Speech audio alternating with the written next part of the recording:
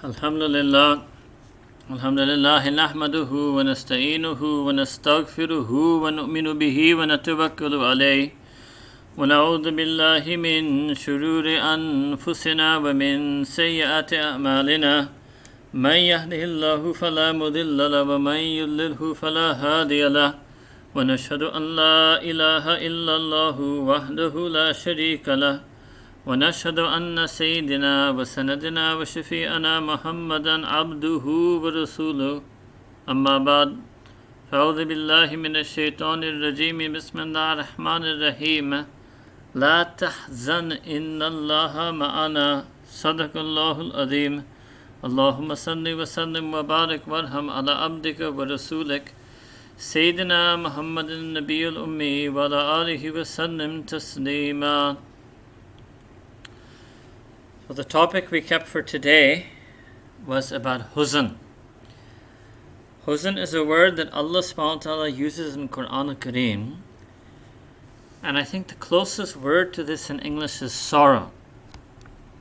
It can also be translated in English as grief. And the first thing I want to say is that if you look through Quran al-Kareem, Huzn is a feeling that Sayyidina Rasulullah sallallahu alayhi wasallam was many times feeling, and Allah subhanahu wa ta'ala in Quran would try to console him through Quranic revelation that he need not feel huzn. Then Sayyidina Abu Bakr as-Siddiq radiyallahu anhu, the greatest non-prophetic human being, the greatest of the Sahaba radiyallahu ta'ala anhum ajmain, was also feeling huzn. And Allah Ta'ala in Quran and Nabi Kareem sallallahu alayhi wasallam tried to console him. And then one of the very often repeated phrases in Quran, ayat Qur'aniyya, la khawfun alayhim wa la hum yahzanun. So Allah subhanahu wa ta'ala describes this as a reward of the people of Jannah, that no fear shall come upon them, nor shall they grieve, nor shall they have any sorrow. So there's a notion that if this is an aspect of Jannah, and for some people Allah Ta'ala may even give them this reward in this world, that they won't have any huzn. But for the majority of us, people like you and me, having huzn, having sorrow and grief is natural. It's a natural emotional feeling. And so actually what the deen of Islam wants us to do, what Allah subhanahu wa ta'ala wants us to do and guides us to do in deen, is to try to eliminate huzn. But the reality is we won't be able to eliminate it entirely, but we can reduce it, keep it in perspective, and also make sure that the huzn doesn't have negative spiritual consequences for us. And there's a lot of times that the teachings of deen actually practically result in such an outcome. In other words, that Allah subhanahu wa ta'ala is guiding us in His hidayah through Quran al-Kareem, through the Sunnah of Nabi Kareem sallallahu alayhi wasallam, to develop a character trait or a virtuous behavior or virtuous action that at the level of perfection is actually outside our ability. But what Allah subhanahu wa ta'ala actually wants then is not that we attain that, because that's not possible for us. La yukallifullahu nafsan illa wus'aha. Allah Ta'ala says He does not task a soul or self beyond its capacity. Rather, Allah subhanahu wa ta'ala wants us to strive and make every possible effort that we can in that direction. So another example of this is Allah subhanahu wa ta'ala says about the Prophet sallallahu alayhi wasallam, لَقَدْ كَانَ لَكُمْ فِي رَسُولِ اللَّهِ أُسْوَةٌ حَسَنَةٌ, that indeed you have in you, for your sake, in the Blessed Messenger sallallahu alayhi wa alihi wasallam, an uswatun hasana, a beautiful, excellent, virtuous, noble, best example. But obviously none of us can truly become like the Prophet sallallahu alayhi wasallam in any even single one of his characteristics or virtues, let alone the totality of his characteristics and virtues that is called the sunnah. But it's a direction, it's a jihad, it's a direction towards which Allah subhanahu wa ta'ala wants us to develop. So going back to this topic of huzn, so we should not think that Islam wants that I should not feel any sorrow. What Islam wants is that I should move in this direction that I try to reduce my sorrow as much as possible, and I keep it in perspective. So if you see, the second part of the title is Sorrows in Perspective. The reason I'm clearing the air about this at the outset is that some people mistakenly think that according to Deen of Islam they should not feel any huzn at all, and then when they're not able to reach such a state, and when they're unsuccessful and they still feel a little sad in their heart, they feel some slight level of despair, some slight level of despondency, they still feel some sorrow, still feel some grief, then they fall into another trap, is they start berating themselves and blaming themselves that, oh, why do I have this sorrow? It must mean I'm not spiritually good, or I'm not close to Allah subhanahu wa ta'ala, or I'm distant from Allah subhanahu wa ta'ala, or I'm not a good Muslim, I'm not a practicing Muslim. Why? Because I have some sorrow in my heart. No. So again, I repeat, Sayyidina Rasulullah, I repeat what I said at the very start of the talk, Sayyidina Rasulullah sallallahu alayhi wa sallam also had sorrow in his heart many a time, and Allah subhanahu wa ta'ala will reveal verses to put that sorrow in perspective. Allah subhanahu wa ta'ala even describes in the Quran that the Prophet sallallahu alaihi wasallam's heart or breast became straightened or tightened, right? And Allah ta'ala will reveal verses to put that into perspective. So the guidance of Deen is teaching us how to put our sorrows in perspective, how to zoom out from those sorrows, how to focus on other things that can make us indeed experience joy and delight and happiness, even maybe ecstasy and rapture, despite things in our life that are present that may be sources of sorrow for us. And one aspect of that is that Allah subhanahu wa ta'ala has mentioned a lot of times in Quran about Jannah, right? And so Jannah, inshallah, if we strive and we have Iman and we try to do good deeds and we try to be a good person and we try not to harm others or hurt others or hate others, then we can hope that Allah Ta'ala out of His mercy will admit us into Jannah. And this is part of Deen, to always be hopeful that Allah subhanahu wa ta'ala out of His mercy will admit us into Jannah. And Jannah is a place where there is no sorrow. So if a person, no matter what they're going through, is told that in the next step, in the next stage, in their future, there won't be any sorrow or any difficulty, that helps them keep their present difficulty and sorrow in perspective and focus. It helps them limit the crippling effect many times sadness and sorrow can actually have in a person. So the more and more our heart, our spiritual heart, does what we call tasdeeq, the more our spiritual heart affirms the absolute reality and truth of Jannah, the more our spiritual heart yearns for Jannah, has raghba and shawq for Jannah, the more our heart will be able to put our sorrows in perspective. Now this is an aspect that normally I think many people don't talk about. I also very recently talked about this, and this is shawq of Jannah, a desire for Jannah. And if you think about it, that makes so much sense, because if I'm trying to combat or counter my huzn, my sorrows in this world, with some quote-unquote positive feeling in this world, and again, I will speak about all this, positive literature, self-help, motivational, that's fine, it's permissible in Islam, but it is a very limited scope and application and power compared to the power of Deen, right? And so if you're going to try to find something inside yourself to make yourself positive when you're in a state of sorrow and sadness, or you're going to try to find something in the people around you or in the world around you that can eliminate your sorrow and sadness, those are steps and those are possibilities.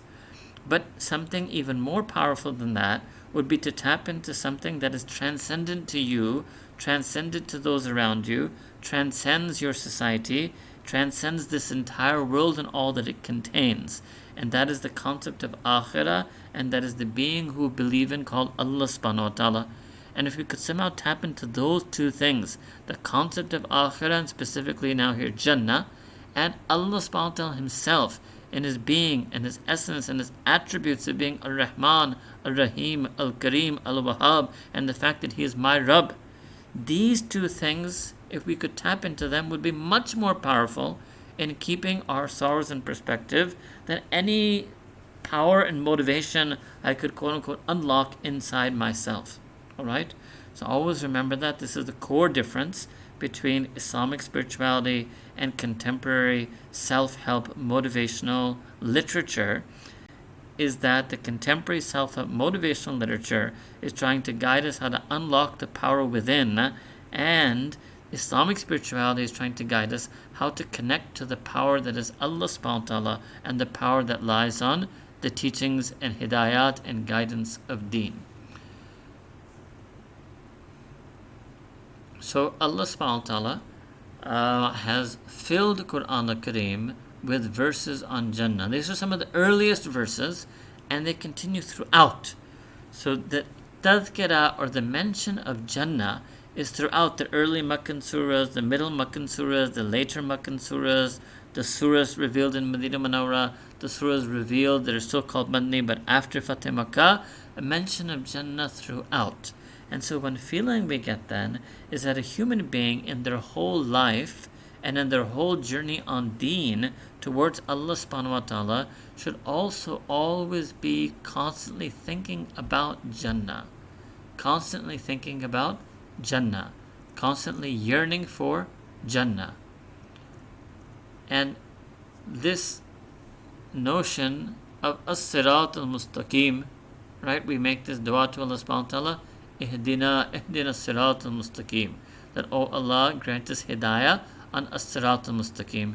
So yes, it's because we're doing it for the pleasure of Allah subhanahu wa ta'ala. Second, we're doing it because to realize our identity and reality as His servants and slaves. And thirdly, we're also doing it because it's the path that leads to Jannah. It is that path that leads to Jannah. So when we make dua to Allah subhanahu wa ta'ala to make us firm and steadfast on deen. So for example, Sayyidina Rasulullah sallallahu alaihi wasallam used to make dua, Ya muqallib al-qulub, thabbit qalbi ala dinik. That, oh, the controller of hearts, the one who can turn the hearts. So this was a way, this is not from the Asma al-Husna, but they're beyond the Asma al-Husna, there are ways in the hadith that Sayyidina Rasulullah sallallahu alaihi wasallam called upon Allah Ta'ala, descriptors that he used. So this is one of them, Ya muqallib al-qulub, that, oh, the turner of hearts, thabbit qalbi ala dinik, make my heart firm and steadfast on your deen. Make my heart firm and steadfast on your deen.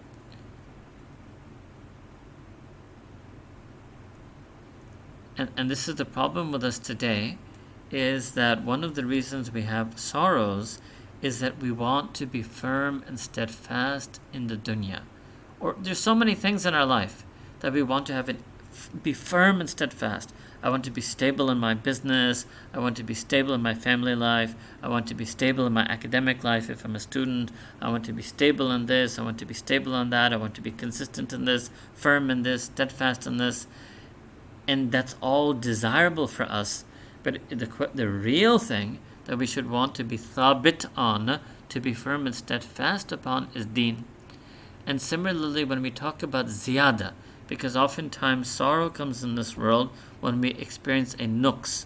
Nuqs means we have some decrease and decline in our dunya. Something is diminished, something is reduced, something is taken away, right? That causes a lot of sorrow for a person. You can go to all the way to an extreme case that if somebody, may Allah Ta'ala protect everyone, but somebody loses a beloved family member, so they experience a sense of loss. Somebody loses a friend, they experience a sense of loss. People who are involved in business, they have financial loss. So there's some sense of nuqs, some sense of decrease and diminishing in their world that causes them sorrow. Now, let's put this sorrow in perspective. What should have caused us sorrow should have been if we experienced any diminish and decrease in our deen. So the day we missed a salah, there was nuqs in our deen. That should have caused us more sorrow than people experience when they suffer financial loss. The day we betrayed Sayyidina Rasulullah sallallahu alayhi wa sallam sunnah, that should have caused us more sorrow than others' betrayal with us. But if we don't have this, that we don't feel huzn in deen, then we'll end up in huzn of dunya. And this is another way to keep the sorrows in perspective, that the real loss is the loss in the akhirah. And if you suffer a loss in this world, no matter how hurtful or harmful or painful it would be, but if that loss in the world is not going to result in a loss in the akhirah, well, then that keeps it in perspective, because my life in this world is fleeting. My life in this world is ephemeral. I'm not going to be living here forever. But yes, if I suffer a loss in this world, that as a consequence is going to lead to a loss in the akhirah, Allahu Akbar Kabira, then obviously that is something that I would be worried about. That is something I would have sorrow over.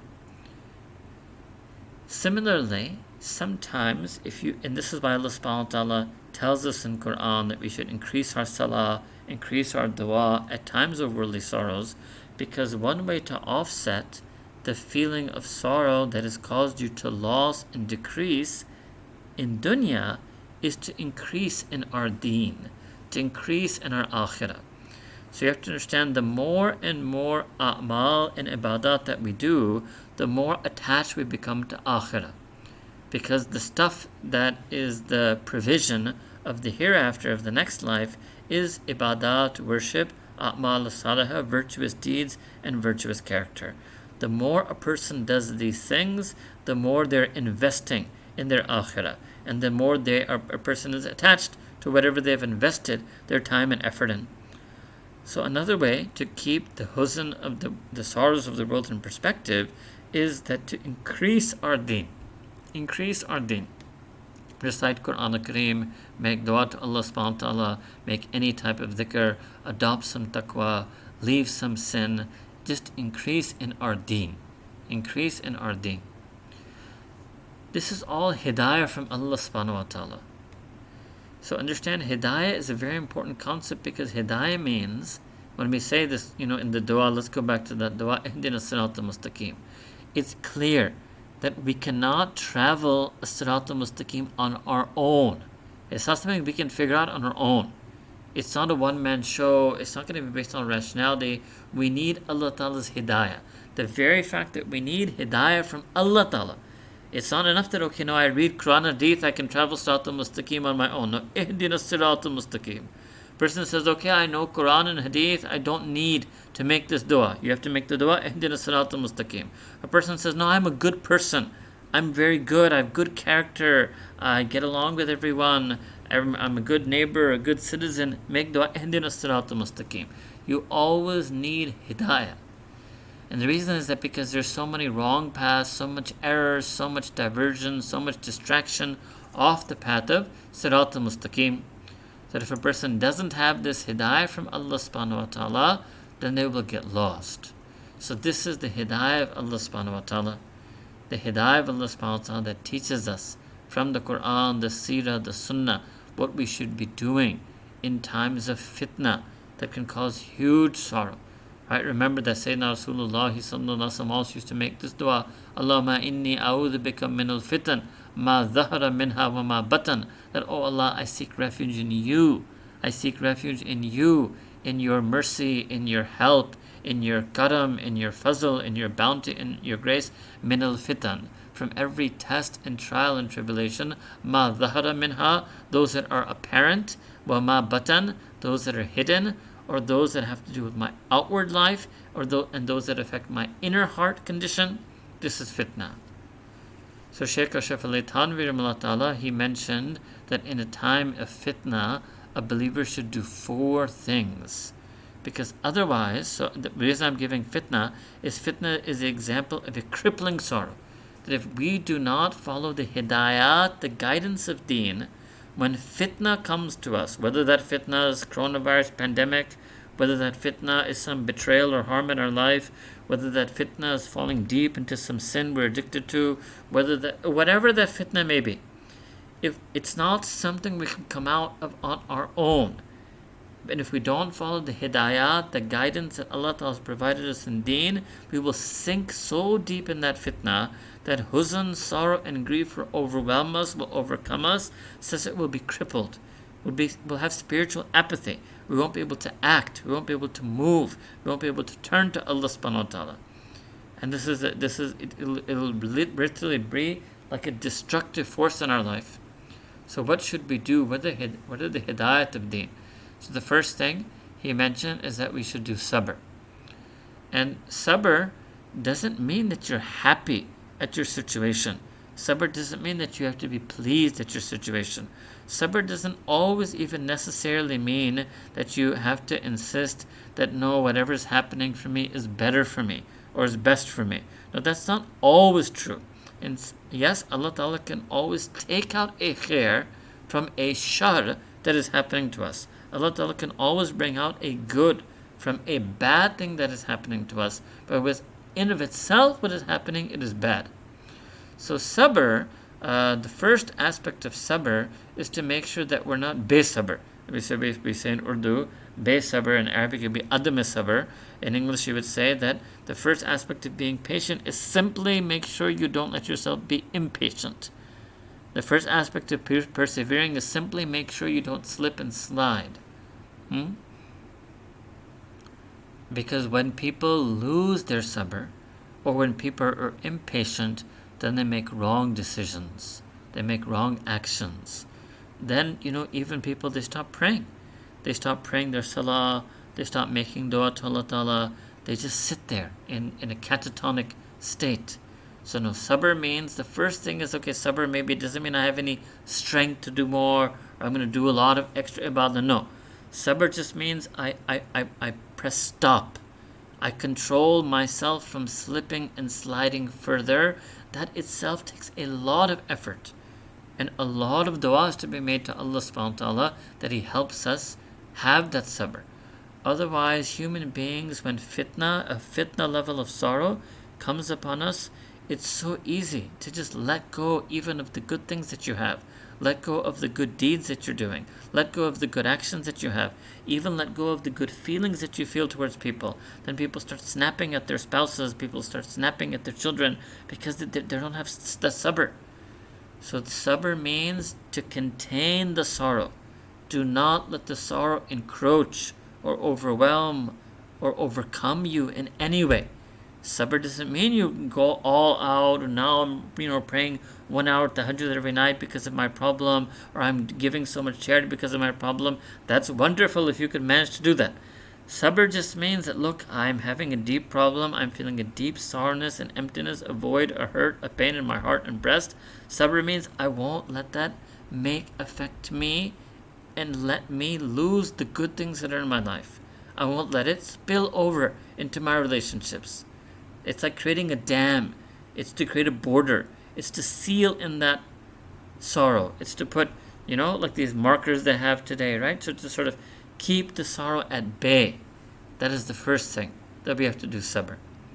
The second aspect is what Shaykh Al-Shibli Tanwi refers to as tafweez, such as Sayyidina Yaqub alayhi salam made dua, inni ufawwidhu amri ilallah, that I submit my matter entirely to Allah subhanahu wa ta'ala. Submit my matter entirely to Allah subhanahu wa ta'ala. As opposed to tadbir. Tadbir means, okay, no, I'm going to plan the way out. I'm going to adopt a strategy. I'm going to take these steps to address this matter. And if that doesn't work, I've got my plan B. I've got my plan C. Then you're just setting yourself up for another sorrow. Because many times, these tadabir, these stratagems aren't going to work. And then you'll be more worried and you'll be more distressed. So tafweez means for some time, obviously, in life there are many predicaments that you do have to take steps to address those predicaments, to redress those grievances, to protect yourself against that hurt and harm. But initially, you have to do tafweez. Don't go to the strategy first. Don't react. First, submit entirely to Allah subhanahu wa ta'ala. And when you've let go entirely and submitted the matter and affair entirely to Allah subhanahu wa ta'ala, then to whatever extent may be required, you re-engage step by step, slightly, at the most minimal way, in whatever steps you may need to take to get yourself out of that sorrow or predicament. but after doing tafweez. Now the benefit of doing tafweez is when you do tafweez, you will make dua to Allah Ta'ala in an altogether different way, a much higher level. If you use strategy, then you'll be making dua to Allah Ta'ala to make your strategy successful. Or Allah Ta'ala, inspire me with what's the best strategy. It's about specific things, right? And when you do tafweez, you submit the matter entirely to Allah subhanahu wa ta'ala, then your dua is asking Allah Ta'ala for like a miracle. Allah subhanahu wa ta'ala, just take care of everything. Or Allah Ta'ala, take care of my heart. Allah Ta'ala, remove the sorrows from my heart. And the problem is we don't make such intense dua when we're making strategy because we're counting on our steps being successful and that will take the sorrow away. So we make dua to Allah Ta'ala, but it's not as intense. It's not as pure. It's not unconditional surrender to Allah Ta'ala. That's what tafweez is. We have to go through this process. You have to first do the tafweez. Unconditionally, absolutely surrender ourselves to Allah subhanahu wa ta'ala. And again, this is what I said earlier, we're connecting to a power that is greater than anything in the world. We're connecting our hearts to that being who is the most merciful, the most kind, the most loving, Ash-Shakur, As-Sabur himself, right? And that is what helps us keep the sorrow at bay. To make a lot of dua to Allah subhanahu wa ta'ala. A lot of dua to Allah subhanahu wa ta'ala. After sabr, after tafweez, after dua, then a person can, to whatever limited extent needed, can address the situation. And even here, what they first should try to do is think that what is the lesson? What are the positive lessons that I can learn from this? That's different than what are the strategies I can do to fix this. Even before we get to that, because once it's fixed, it's going to be gone, right? So before I fix it and it goes away while it's here, what can I learn from this? There must be some khair. And I, as an abd, a servant and slave of Allah subhanahu wa ta'ala, I have to look for that khair. I have to look for that lessons. I have to extract those lessons. I have to extract that khair. And when I do that, I will do shukr to Allah subhanahu wa ta'ala for sending this predicament and sorrow upon me once I'm able to identify the khair that this sorrow can lead to, that this can bring. And after that, only after all of this, finally then, a person can, to the most limited extent, and by now, in many cases, you won't even feel the need anymore. But if still, for some reason, because there are some practical issues in life that one has to handle, then you do whatever limited steps are required to address or redress the situation. These are steps that were outlined. I mean, I added a bit to it, but the basic skeletal structure was outlined by Shaykh Ashraf Ali Tanvir Ta'ala. Now, all throughout this, it's important that we keep doing a'mal, whatever actions, whatever deeds, whatever acts of worship Allah subhanahu wa ta'ala given us tawfiq to do. And it's very simple. It's not in our right to stop any amal because we were never doing it on our own. We were only doing it because of the tawfiq, the success given to us by Allah Ta'ala's graciousness. And so who are we to stop doing something that Allah Ta'ala inspired us to do? That would then actually be a rejection of the gift of Allah subhanahu wa ta'ala. And so that's wrong. So rather, actually, we should do shukr to Allah subhanahu wa ta'ala, thank Him and praise Allah subhanahu wa ta'ala over any actions that we are doing. So for example, if, any good deed that a person has, so it's all only due to Allah subhanahu wa ta'ala. So sometimes, let me give an example that I often give, that sometimes people today, they are overly self-deluded due to their morality. So they say, well, I don't lie. Well, so, okay, you don't lie? But what's hidden in the statement? I don't lie because I am a very good person. No, what you should think is, I don't lie because Allah subhanahu wa ta'ala has blessed me and protected me from lying. Otherwise, if Allah Ta'ala didn't have this special mercy on me, and if Allah Ta'ala hadn't made me an honest person, I would fall into lying like everyone else. It's not me that I'm such a wonderfully truthful, honest, moral, upright human being. No. All of this, all character, all ethics, all morality is only a gift of Allah subhanahu wa ta'ala upon me. And then maybe even some of us who reflect in our life that yes, there were many a time that I didn't have this, or in crisis situations I abandoned this. So it really actually wasn't so intrinsic or essential to me. It was simply the gift of Allah subhanahu wa ta'ala that He gave me. Or if somebody says, no, it's by my nature. By nature, I am a well-wisher for other people. I like to do good things for other people. No, no, no. Don't say by my nature. Say it's Allah subhanahu wa ta'ala has blessed me. Allah ta'ala has guided me. Allah ta'ala has put this in my heart. I'm so grateful to Allah ta'ala, and all praises to Allah ta'ala alone that He inspired my heart to be a well-wisher for others or to help someone else. And I do more shukr to Allah ta'ala. I'm more grateful to Allah ta'ala for this. I do the hamd. I praise Allah subhanahu wa ta'ala for this. There's nothing in me. There's nothing in me. This is what Allah ta'ala is saying in the beginning of Surah Al-Fatiha. Alhamdulillahi Rabbil Alameen. All praise belongs to the Rabb of all the universe. Praise itself is proper and befits only Allah subhanahu wa ta'ala. So let's now return to this concept of Jannah, right? One of the aspects that Allah subhanahu wa ta'ala mentions about Jannah is there's no huzn in Jannah, no sorrow in Jannah. So then maybe there is like a hidden, as they say, raz, a sir, a hidden subtle reality here, is that you have to go through the huzn in dunya to get to a Jannah in which there is no huzn. You have to be tested and tried and experience the sorrows of the life of this world in order to reach the life of the hereafter, inshallah, in Jannah. May Allah Ta'ala grant all of us admission into Jannah. Ameen. That in Jannah where there will be no sorrow. So then if a person realizes that yes, this is the process I had to go through, so they understand this is going to happen. Now let me explain using a hadith. So Sayyidina Rasulullah sallallahu alaihi wasallam, this is an authentic hadith narrated by Imam at-Tirmidhi rahmatullah. He was asked by his companions, Ya Rasulullah sallallahu alaihi wasallam, which of the people are the most severely tested? So Sayyidina Rasulullah sallallahu alaihi wasallam replied, Al-Anbiya.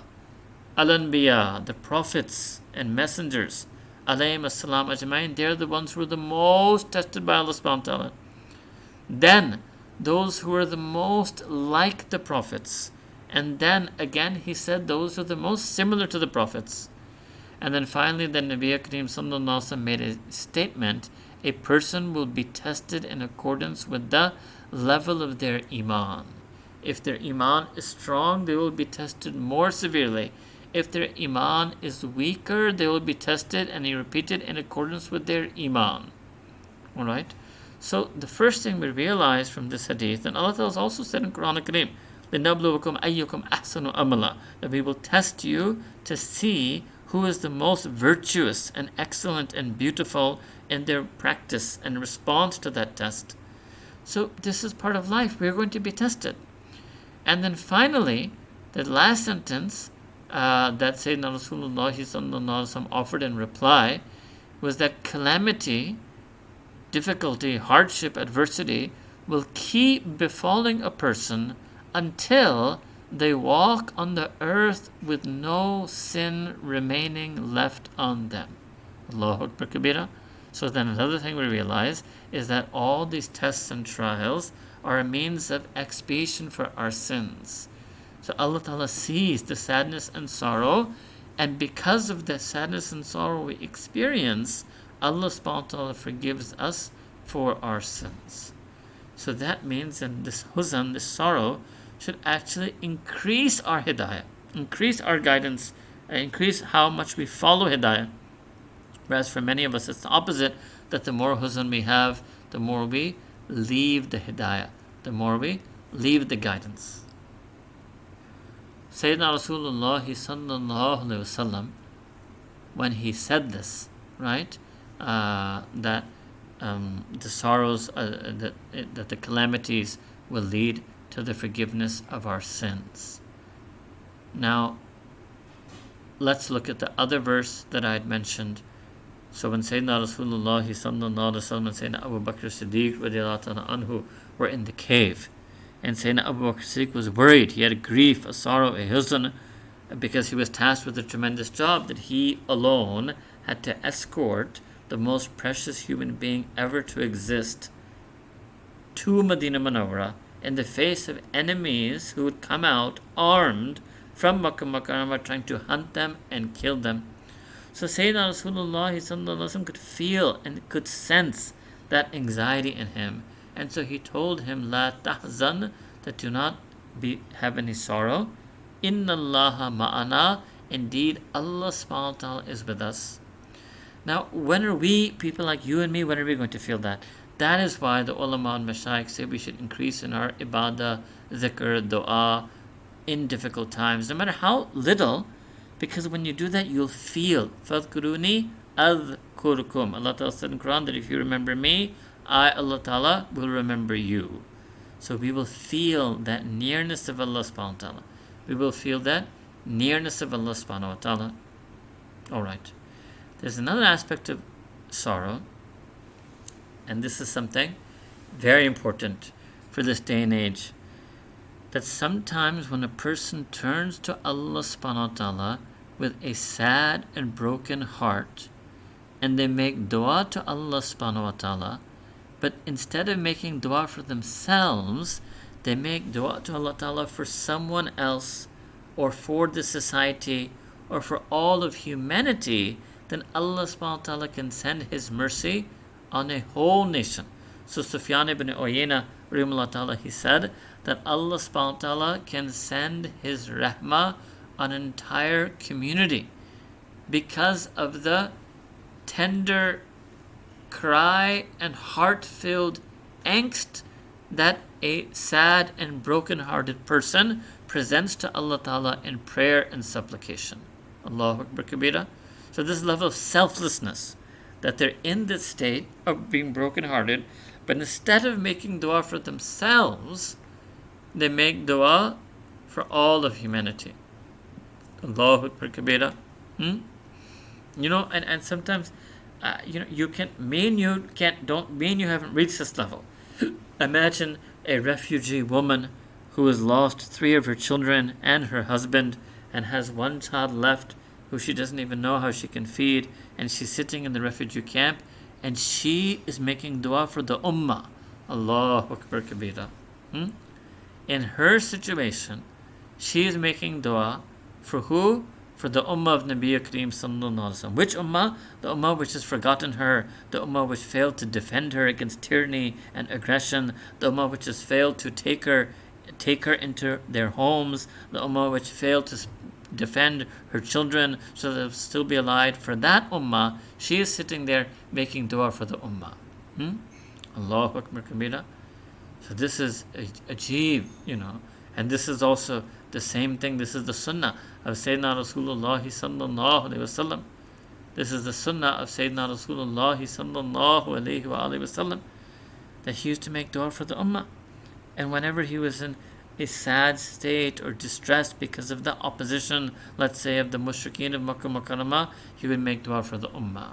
So this is something we should also try to tap into, even fine if our sorrows may not be as intense as the ones I described by way of example. But another very important thing to keep our sorrows in perspective is to think of others in this world who are in a much, much deeper sorrow and sadness than me, and to make dua for them, to make dua for all of them, to make dua for each and every single one of them. So some duas, and once we gave a whole separate talk on this, maybe at some point we can put these duas up on the website. I'll just mention 2 or 3. So in a hadith narrated by Imam Abu Dawud rahimahullah ta'ala, Sayyidina Rasulullah sallallahu alaihi wasallam, he taught Asma bint Umair radiyallahu anha, that shall I not teach you some words which you can say at times of distress and sorrow? And another narration, the Prophet said that she should say the following words 7 times. It's a very short sentence. Allah, Allahu Rabbi, la ushriku bihi shay'a. Allah, Allahu Rabbi, la ushriku bihi shay'a. Allah. Allah is my Rabb. I do not associate or ascribe as partner to Him anything. Allah, Allahu Rabbi, la ushriku bihi shay'a. So it's such short words. Now why? Okay, now one is okay, fine. No doubt when Sayyidina Rasulullah sallallahu alaihi wasallam says something, simply the act of reciting that sentence will take away our distress and sorrow. But also what's the meaning? The first word we're saying is what? We're taking Ism Azam, Ism Jalala, Allah. Right there, the sorrow goes away. The distress goes away. This is the power of Allah Ta'ala's name. Allah Ta'ala said in Quran, Tabarakasmu Rabbik. Full of barakah is the name of your Rabb. So first, we just take his name, Allah. Second, we attest to a second thing, which also eliminates our sorrow. Allahu Rabbi. Allah Ta'ala is my Rabb. Allah Ta'ala is mine. Allahu Akbar Kabira. This is the second thing that immediately eliminates the person's sorrow, right? So like, if husband and wife love each other and they're in a state of, one of them is in a state of sorrow, but he'll take comfort and say, okay, alhamdulillah, everything is fine when I have you by my side. So this is what the person is saying. Allahu Rabbi. Now everything is fine because Allah is my Rabb. Allah Ta'ala is my Rabb. By attesting to it, by reminding myself of it, by feeling it, everything becomes fine. Then la ushriku bihi shay'a, in one sense, this is like the condition to get this. All you need is tawheed. All you need is kalima la ilaha illallah. The second meaning here is that, pertaining to the topic, is that I do not have any partners with Allah Ta'ala. In other words, that who do I believe is the ultimate solace and comfort for me in times of sorrow and distress? Only Allah Ta'ala. I do not ascribe any partners to him in this. Alright? So this is one dua. Another dua, so this is the dua that Sayyidina Rasulullah taught. Another day that comes, that the dua that Sayyidina Rasulullah would make himself when he was afflicted with a stressful trial. So this has been narrated by Imam At-Tirmidhi rahimahullah.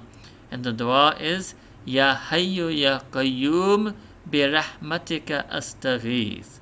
Ya Hayyu Ya Qayyum Bi Rahmatika Astaghith. Ya Hayyu, referring to Allah Ta'ala as the being who is all living, ever living, self-living. Ya Qayyum, who is self-subsisting and is eternally maintaining and sustaining all other life. Bi Rahmatika Astaghith, by your mercy I seek help. By your mercy I seek help. Ya Hayyu Ya Qayyum Bi Rahmatika Astaghith. Now if you look at this dua, you're not mentioning your situation, you're not asking what type of help you need, you're not asking for health, you're not asking for anything. You're just actually mentioning three aspects of Allah Ta'ala, that he is Hay, that he is Qayyum, and you're invoking his Rahmah, and you're just saying Astaghith, I seek your help. Ya Hayyu Ya Qayyum Bi Rahmatika Astaghith. And the third thing that Sayyidina Rasulullah sallallahu alaihi wasallam, but I once made a list of like 10-15 of these, but I'm just doing 3 with you tonight. Also in a hadith narrated by Imam At-Tirmidhi rahimahullah, that Sayyidina Rasulullah sallallahu alaihi wasallam said that the dua that my brother Nabi Yunus alayhi salam, also sometimes called Dhunnun alayhi salam, and then the Prophet sallallahu alaihi wasallam said that dua, if any believer says it for any situation whatsoever, Allah subhanahu wa ta'ala will answer his dua. And that is the sentence that all of us know, that is in Quran al-Kareem, La ilaha illa anta subhanaka inni kuntu min al-dhalimin.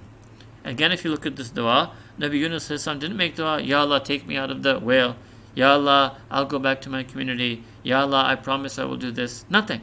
La ilaha illa anta. Again, tawheed, right? Tawheed. Like the first dua was, La ushriku bihi shay'a, mentions tawheed.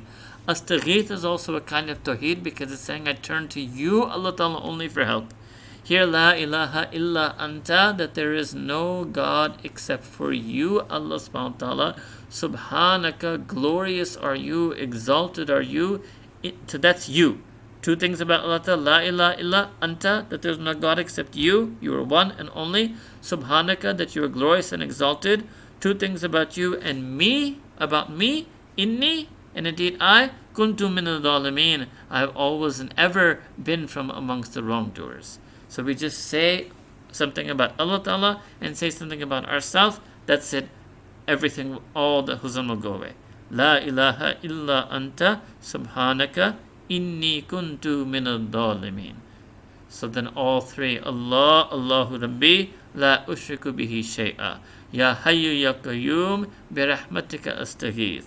La ilaha illa anta subhanaka inni kuntu min al-dhalimin. Really, I feel that even if we were to just use these three more and more, and in any number, in any order, ponder on the meaning, rotate between them, only use one, use all three, however you want, however your heart, whatever opens up your heart. But they're all teaching us, right, to turn to Allah subhanahu wa ta'ala. To turn to Allah subhanahu wa ta'ala. Finally, to end tonight, because we mentioned Jannah, so I'm going to simply mention 5 of the sifat of Jannah. So there are many verses in Quran al-Kareem in which Allah Ta'ala describes Jannah, and there are many ahadith, and the muhaddithin used to gather these hadith and put them under a particular chapter, the chapter containing the sifat or the attributes or characteristics of Jannah. So I'm going to just do 5 places from Quran al-Kareem.